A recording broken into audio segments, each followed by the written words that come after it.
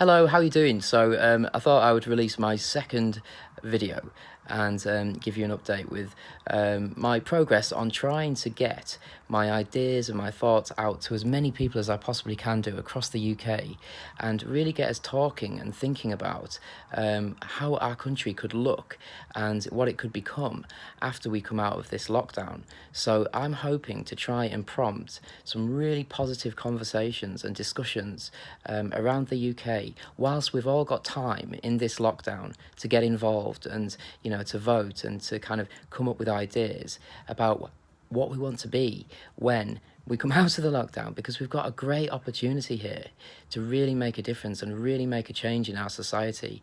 And I don't know about you, but I think that we should. I think that it's not working for us right now, and I think that we need to change direction. And actually, I'll give you an introduction to me. My name is Dan, okay? So Dan Foster, and I'm 41 years old. I'm highly creative, a bit of a creative genius. That's what they used to call me at the BBC. I don't know if they'd call me that now, though. We did have a bit of a falling out. But yes, so I'm very creative, but also conversely, I'm very analytical as well, and it's very rare that you would get those two qualities together. So I'm quite unique, which is what I used to say for unique. I thought it was very unique, isn't it? So yes, I'm quite unique, and I'm psychic, and I didn't know that I was. Up until quite recently, I used to wonder what was going on, but actually, I've been through a lot. I've had a very hard life in many ways. Really, the majority of it happened in my 30s, but I've had a very, very intense and tough, traumatic, harrowing, horrifying time. And I've spent a lot of time in darkness and really trying to find my way home. And so I've been through a lot, I've experienced a lot, and I do what I call my field studies and case studies, and that's where I really spend time around people and groups of people and subcultures and various others, even unsavory characters, just to get to understand and to get to grips with what's going right in the UK and what's going wrong for the UK, and how could I produce a body of work that would come up with answers and solutions using a thing called lean methodology. And that's something that I think everybody in the UK should be trained in. So it should be taught in schools, and we all should learn it, because what it makes us is brilliant and efficient staff who are able to go into a situation and identify a process that could be improved by reducing waste and cost, but improving things from a customer's point of view. And you think about the rewards that we would reap if everybody was lean thinking.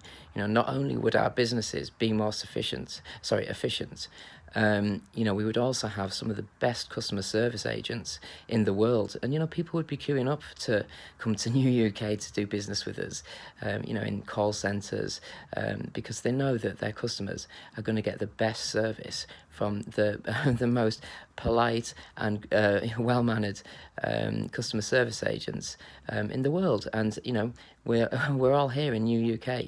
So basically, I have visions, and I don't know, they just happen, and I can't explain how. I don't actually do anything myself, but I have had visions, and I kept having a vision of a place that I arrived in, and I was walking around it, and I was really there. And it was incredibly green. I remember it was really, really leafy green, and the streets were immaculate. They were really clean. There was not a piece of chewing gum on the street. There was no litter anywhere. And I remember being there and thinking, it kind of looks like England because of the houses, and some of the ages of the houses, and yet it can't be, because we're just not like this. It's not as clean as this, and we don't have this much plantation and greenery, and also it just didn't. It looked like England, but like I say, there was just this marked difference. And I sort of made my way around, and I was taking in lots of different experiences, but one of them was how people were interacting with each other, and it just knocked me off my feet because they were so polite and well mannered to one another, and they said good morning, as they walked past, and smiled at each other and gave each other direct contact, eye contact. And I thought to myself, wow, where have I landed? What is this place? And I just thought, it's absolutely beautiful. And it was. Honestly, like the gardens of people's houses were absolutely immaculate.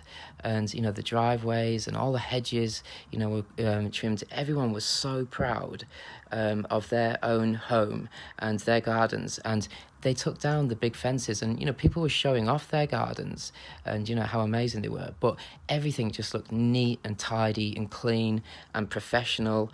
And I just thought, I like this place, I like the look of it. And in my writing, which unfortunately did get pulled down by Facebook, and the total bastards over that. I did loads and loads of writing, conscious writing, going around Brain Health UK, and I just had a bit of a coughing fit, so I had to pause the video. But I was explaining to you about Brain Health UK, which is what I called it. When I was going around, and it was a town, but it had a much more of a village feel about it. And like I say, I didn't know quite where I was, because I kept thinking, it looks like England, but England, they don't speak to each other this nicely, and the streets are absolutely filthy and they're disgusting, and we have nowhere near enough greenery and plants. And but honestly, this place just took my breath away, and the way that people were interacting and engaging. And I walked into the town centre, and they were completely transformed. There was loads more trees, and it reminded me of a place in Vietnam. It's the capital of Vietnam, and I've forgotten the name of it, so please somebody look it up and put it in the comments field underneath. But it's so beautiful, honestly. And you're walking around it, and must be a tree every meter or so, and they're all kind of beside the shops, and the vines are kind of going over the roofs of the shops, and it's just so green and luscious. And there's little lanterns that are hanging off some of the greenery, and I just thought, this place reminds me of that. Because when I was looking down the street, I could see there was a return of the butchers, a fishmongers, a greengrocer, completely as if it was slightly stepping back in time, but it still felt really fresh and modern and contemporary. But a real return to the high street, and to really understanding food, and people being on hand in greengrocers to talk to people about vegetables and fruits and what goes well with what. And the same with the butcher, explaining where the meat has come from, what part of the pig or whatever, and actually watching the person butcher the meat. Because we should be grateful to animals for doing that for us. And and I think it's really important that we learn where our food comes from, the sacrifices that that animal made, but also trying new things as well. So new vegetables and new fruits. So we could import certain fruits for a certain week, and just have them available for 1 week only in the in the greengrocers, and just rotate things and have kind of like fresh ideas and fresh stock coming in, and people just trying things. And of course, all the foods as well were labelled if they were brain healthy, and it told you why it was brain healthy as well. So they were clearly labelled, and I really liked these ideas. And like I say, it was so colourful and beautiful, the town centre, and outside each shop there was hanging baskets that had beautiful flowers in, and everything was kept really clean and really neat. And there was plants outside all of the shops. There was more trees that were planted within the city centre, and within the town centre. And I was just amazed. I was gobsmacked. The other thing that amazed me as well was the teamwork that was on display. People were really, really getting on well with each other and getting along. And actually, the small differences that we were just making in the early days were like huge. And, everybody really got on board with it. And, it was a really, really positive thinking, groups of people working really well together as a team to get new UK ready for a big world opening, because we would release a statement saying that the United Kingdom is going under a number of consultations with the population about what sort of country they want to be after lockdown. I've come forward with a vision for everyone and ideas, and I think that vision and these ideas are solid. I think that I've come forward with real answers to our problems, and I think that they definitely should be looked at by as many people as possible, and at least we can discuss them. But you might hate them, but I actually think that it would be quite difficult to hate some of the suggestions I've come forward with.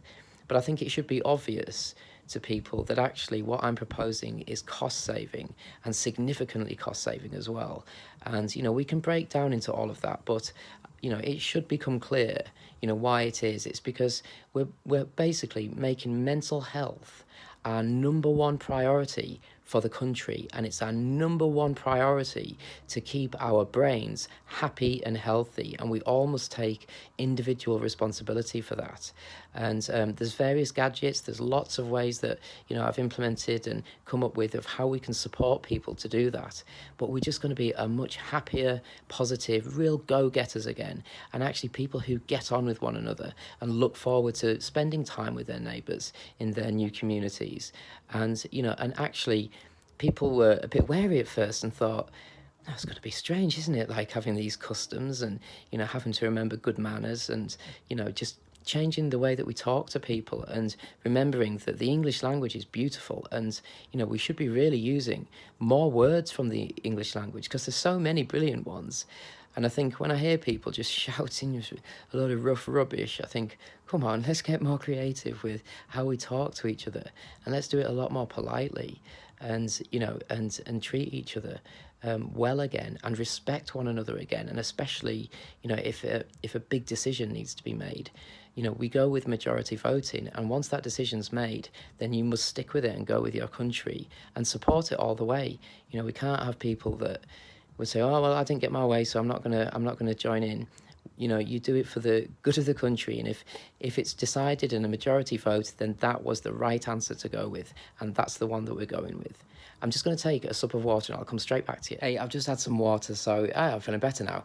So where was I? I was explaining about when I was having visions of New UK, and I've also called it Brain Health UK, because it's all about the brain, and like I said, that is our number one priority, and it should be a number one priority of every country in the world, because if you have a happy, healthy brain, then you're going to make the right choices and the right decisions, not just for you, but for your family and for the future of this planet. It's when we get negative thinking and bad and unhealthy brains that we keep making the wrong decision and the wrong choices, and the wrong choices for the planet. So that's why it's so important that actually we really focus on making New UK a really positive, focused, go-getting country that is just brought to life again. And we're all so proud of it, because we've all been involved in this process of creating a digital pledge where we would have a new list of customs and manners and values that we all cherish and we all carry through. And if we want to do this, everyone needs to make that commitment, not be half-hearted about it. If we want to be better, let's really go for it and really work hard. And in my vision, honestly, it became so natural so quickly, and people just fell into into their roles and their good manners, and it just became so natural and normal because everybody was doing it, and people helped one another out. If somebody forgot, and they would police them a little bit, but in a nice way, and just remind them, saying, well, it's all right, so we're not going to come down on you with a ton of bricks, but just remember for next time, manners, customs, and you've got to look them in the eyes, say good morning, and go on the first person that you see. So it's just things like that. And it's also as part of you would also do a good deed towards somebody each day, to make them smile. So there's lots of things that I've come up with, and I can go into more detail about all of these. One of the things that I've been thinking about was, obviously, I've come forward with some really, I think, fantastic ideas, and one of them is called My Brain. And if you have a look at the cartoon that I've produced with Little Tim and Big Tim, that'll tell you more about My Brain and why it's such a special device, and why it's given to children on their 5th birthday, and it's called Switch On, and the whole community turns out for when they get their My Brain. But My Brain is the accompanying tool to keep people thinking positively and helping their brains to be happy and healthy. But I want people to follow our journey in creating New UK, because obviously there's things that we can do in the early days, and we can get the digital pledge done, but then there's a lot of stuff that is going to take some time. So I want to keep everybody updated so that they can feel part of the story all the way through, and that's why we're going to have a channel.